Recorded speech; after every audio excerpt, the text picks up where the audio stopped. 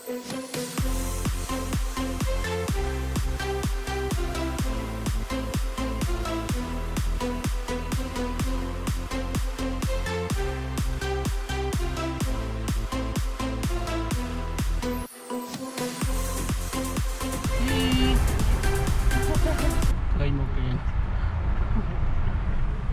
boy. Hello. Lucky. Tình hamburger nha mấy con. We're getting out of the kitchen today. Trying to get some In-N-Out burger. Chiều thơm hộp nào giúp này. Ê, lấy cái đào mà. Mình cái đào mà ơi. Anh muốn đi với cài nha. Mấy gang mới nè.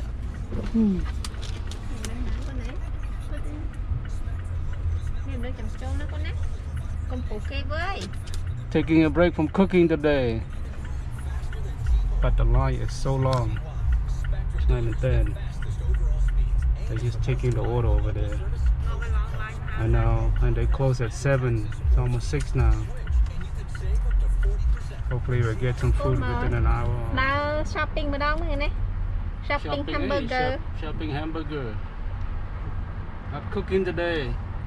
We're getting out of the kitchen. Lucky. Lucky, I don't care that I eat already. Lucky. Em trong bàn ấy, trong bàn ấy. Trong bàn ấy. Trong là những tao về hất cho lắm. Khôi. Cô giờ để mình được chăng. Milan, Trong Chua, Thing Hamburger. The line stopped from where I am about 10 more calls before we make it inside the parking lot. That is a long line to get a hamburger. Kai kalah mau deh manyam. Baby more. Dù đài nó lại nữa. Freeway là mình lan tràn với nhau là mình ngặt lò.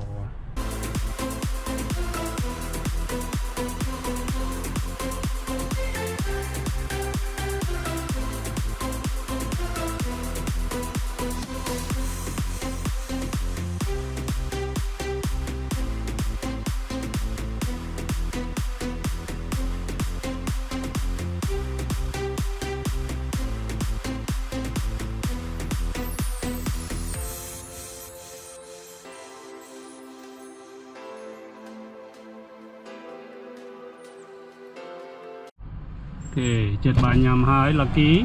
Nek teka no, tak samas. From Chua, we've been in line for almost 50 minutes now. Okay, 50 minutes later, that's another restaurant. Not a long line. Here, hamburger again in it. Thought I mơ, it's a mile. Okay, hamburger. Hi, how are you? Yeah. Thank you. Have a good day. Okay, let's go eat. Got the food. No hang but alright. Becky.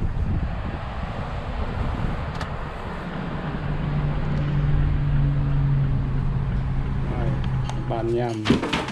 1 hour later. We went back in time, 1948. Whew, that was a long line.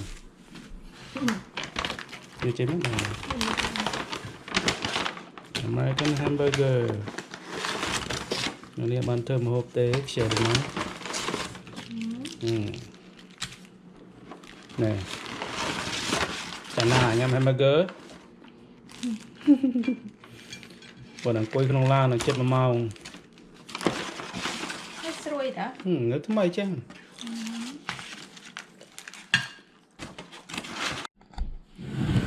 Hamburger của bằng rích. Này nha.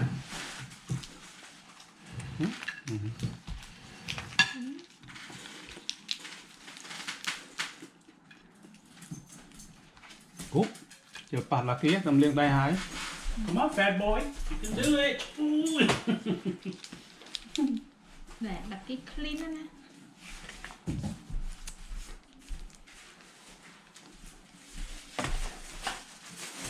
dạ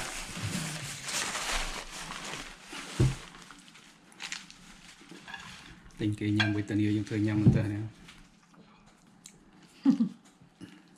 có thầm đau với lừa nó ngày này à covid nó nhưng nhầm nó không hàng bàn nó nó mới bạc không hàng con nói này ngang nhá con cái càng này mà vô không chi con nhâm bán này nó có nó mình ngang nhà tới ngang nhà này chăm du à tham nhâm du á nó để nhầm nó dùng tôm hộp tăng thì covid 19 mất đây nhầm bài hàng anh ấy dùng nhầm pi đó là mỗi tiệm barbecue nhâm bán rất là thích chi anh ấy sạch pi chọn In and out burger today guys no more cooking the chef take a break chẳng cái chờ một thọt à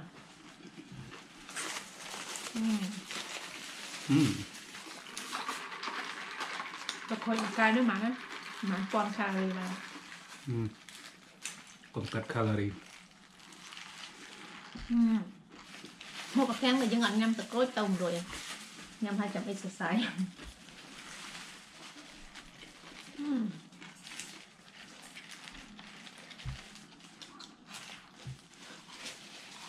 không có em còn lẹ đó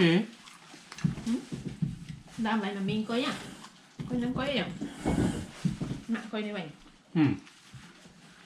mình chết chí có nhâm bán a piece of hamburger ấy giờ mà tao thôi chăng như này ấy giờ mà tao thôi chăng này rồi nhẹ con nhâm bán này này fry ở chỗ đó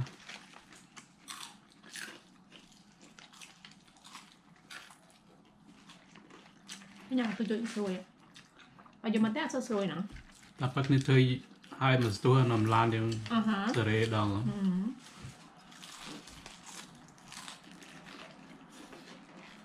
chết oi no climb in black bean sauce not yet rong phương cái texture mà hút cái pin tủ nhằm đòn ọc rồi bật ra cho người tia rồi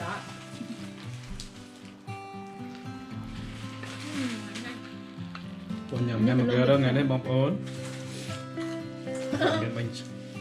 mình phải có cha mà nè mình hộp mai thế hộp miếng mai thêm một chút và chăm hamburger một đồng chờ thử luôn ấy xinh kì món còn cuối chăm trong một màu nhầm tầm đó riêng món này nhầm đâu riêng nhau riêng là tầm chua nữa mà cho cái ở dân coi châu nhầm ấy bằng về tapi banyak cowok datang nona ada nya na, no ada kat ni ya. Ya. Bây giờ tao bị riêng rồi nó, là người khác đừng ăn là nó lừa nhiều, kiểu đó. Hộp bạc kem nhá, nhắm sát đầy, medium pram, medium top.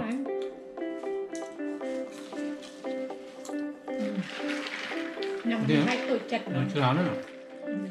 Nhằm mà đó. Tôi chặt đấy, top đấy. Tôi chặt ở nè. Đàn một lầu à. Tôi mình trôi đúng không? Không cái là ăn nên chặt kìa ấy. Nha mình trôi. Cái này mình nhằm vào mình tết rồi chứ. Nhằm tóc tray, tóc tray.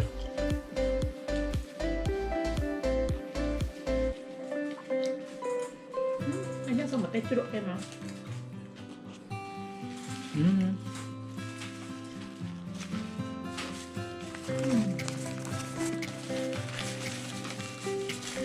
thêm lên rất là tuyệt vời.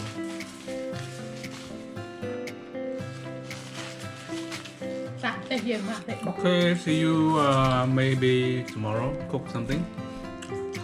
Today it's just hamburger. con chả mà không nhắm tới ham burger bán này sai chấm khúc đi mà ấy khúc ấy cái gì cho đằng này nó khơi sẵn cái cần này chúng tôi cũng rất ngắn ham burger đậm tê ghế tê đậm tê bốc nè tê bốc nó con ái ạ cần con ái how chừng ngắn thế chúng ta chừng ngắn đặt tập tray nha tôi đặt tray ngắn cái đó trong xả cái xả nằm tham gia mình một tiền mày nhá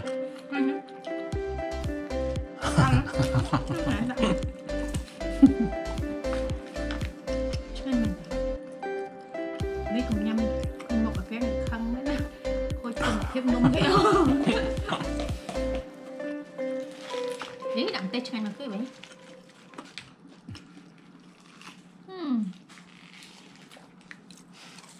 bọn con xa mà mà cơ làm tê tê cân tê bột nhớ là đam tê chua giống mà cho em nàoแต่ไปเนี่ยคอมพานีกรมพลนี่แบบดักโดตามเยอะสายเลยเยอะเนี่ยนะ ได้เฉลี่ย ยืนเนี่ยเราเคย